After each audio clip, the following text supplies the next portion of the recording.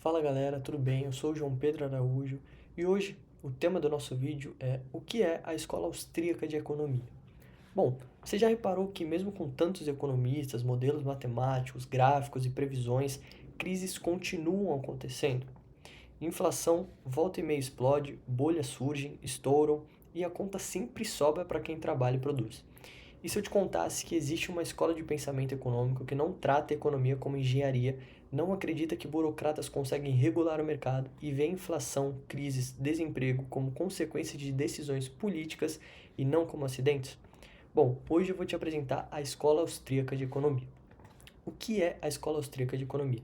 É uma corrente de pensamento econômico que surgiu no final do século XIX na Áustria e que parte de uma ideia muito simples e, ao mesmo tempo, revolucionária: a economia como o estudo da ação humana.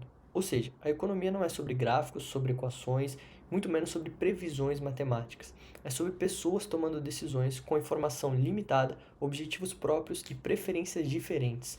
Então, para os austríacos, o mercado ele não é uma máquina. A economia não é um sistema controlável. E o Estado ele não é um cérebro superior capaz de organizar milhões de decisões individuais.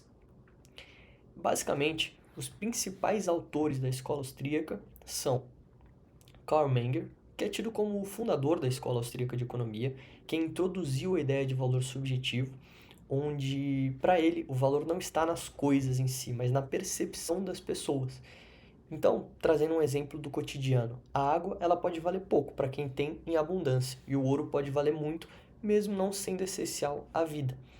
E essa ideia derrubou a noção de que o valor vem do custo ou do trabalho, mas sim da percepção das pessoas. O segundo seria Ludwig von Mises, talvez seja o nome mais importante e conhecido da escola austríaca. Foi ele quem desenvolveu a praxeologia, que é o estudo lógico da ação humana. Ele defende que a economia é uma ciência dedutiva, não experimental, e ele é um crítico radical do socialismo, do comunismo e dessas maneiras de pensar. E a sua principal obra é A Ação Humana, considerada a Bíblia da Escola Austríaca de Economia.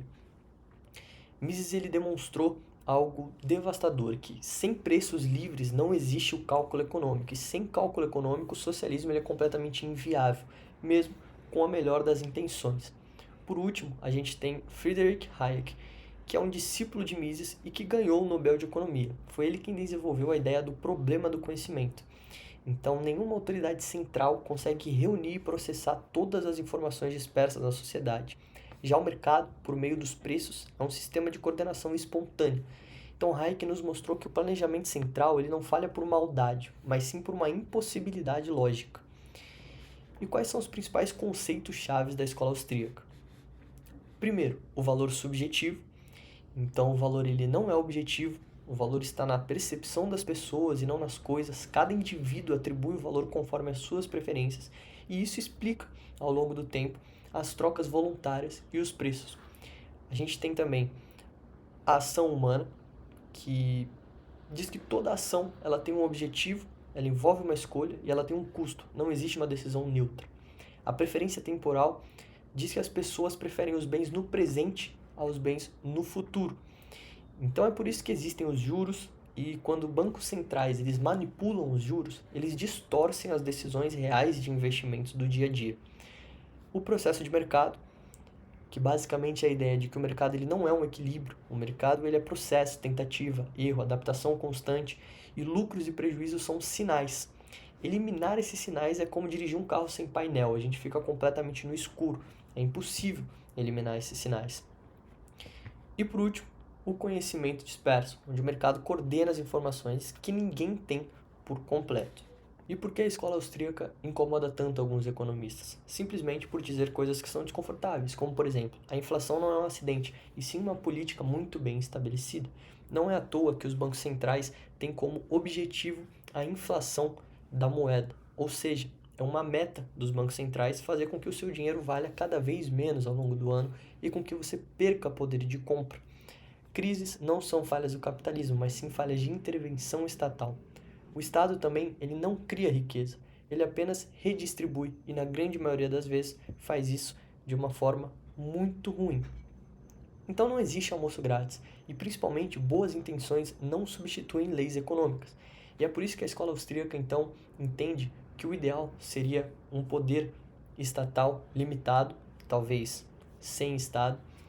A escola austríaca também expõe erros de política, principalmente políticas públicas populistas. A escola austríaca principalmente ensina que a prosperidade vem da liberdade, responsabilidade e cooperação voluntária. Então ela acaba ameaçando o consenso, ela é difícil de rotular, ela não entra facilmente na dicotomia entre esquerda versus direita. Ela tem um histórico muito sólido em explicar crises e ciclos econômicos, e também existe muito pensamento, estudo e abandonar crenças que são convenientes e que são facilmente difundidas ao redor do mundo pela maioria dos economistas. Então, a escola austríaca ela não promete paraísos, ela não diz que o mundo vai ser perfeito, ela apenas diz que a liberdade funciona melhor do que a coerção. Simples assim. E nos próximos vídeos a gente vai aprofundar mais em conceitos como inflação, imposto, propriedade privada e ciclos econômicos, sempre sob essa lente e a ótica da escola austríaca de economia. E se você nunca tinha ouvido falar disso, que bom, agora você já sabe que existe uma outra forma de enxergar a economia, o ciclo de mercado, a ação humana. Se você gostou, deixa um like, se tiver alguma dúvida, coloca aí nos comentários e até o próximo vídeo.